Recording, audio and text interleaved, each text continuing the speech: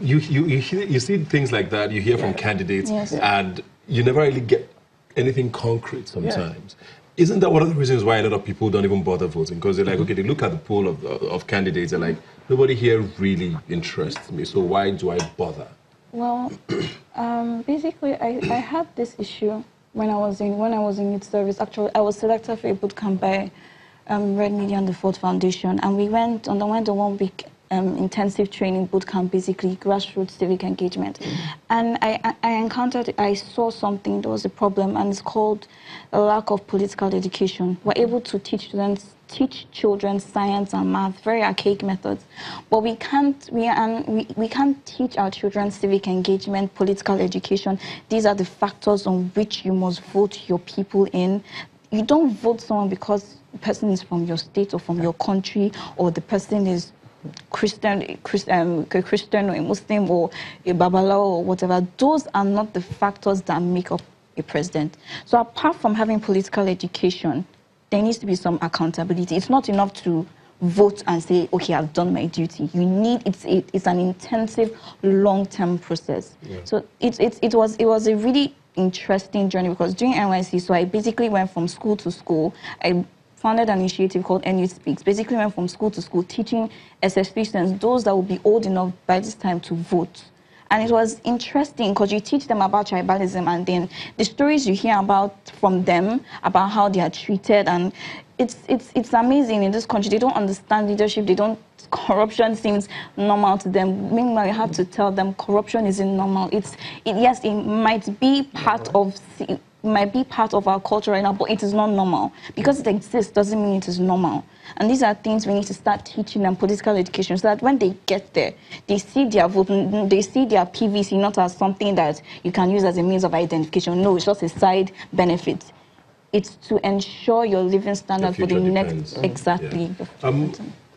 A lot of voters, a lot of people who have voted over the years, most of them, like she said, have sort of their preset sort of conceptions of how they want their candidates. Oh, he's my uncle, I'm going to vote for him. Or he's my cousin, or he's from my village, like she said, or his wife is fine. People have whatever criteria they have. But for a first-time voter now, still going back to what you said now, I've never voted in my life, and I'm trying to make a decision, and nobody seems exciting. Is it a good thing to settle for like the lesser evil?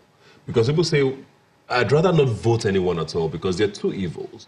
Maybe one might be a lesser evil, but should I just go for the lesser evil or just stay away? I mean, it doesn't make sense absolutely to stay away because you're not part of the process. But then I think my own advice would be, you still have to go for the lesser evil. In the past, even talking about the presidential elections in the country, there were times when there were no ideal candidates, but we were like, this person has to go because you had a job and you failed at it. You have to go. The lesser evil that is coming around, we're going to take our chances. If this person doesn't do well as well, you're going to leave in 4 years. All right. So for example, I don't care if you are Muslim or if you're Christian or if you're traditionalist or you're from the north or from the south. Can you do the job? Can you get the job done? There has to be a metrics-driven approach to governance in Nigeria. So if you're given a tax or if you win a position in politics, there has to be some KPIs that would give to you. But it seems like people go into government and then they know that, oh, I'm not going to be held accountable. No matter if I perform badly, for 8 years I can come back and then share money some days before the election and still get re-elected again. That shouldn't be the case. So I don't care if whatever tribe you are or where you're from in the country, if you can get your job done, you're all right by me. Yes.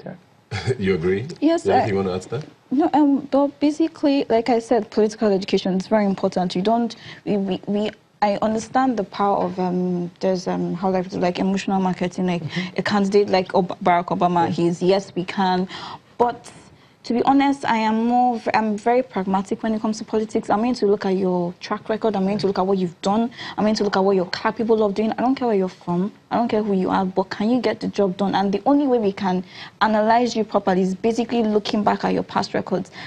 I'm not interested, because sometimes that's even part of the problem with the whole political environment in itself. Because there's something that Nigerians and young people especially don't understand. I tell people that look at it, it's like entrepreneurship. Basically, it's just like almost like capitalism.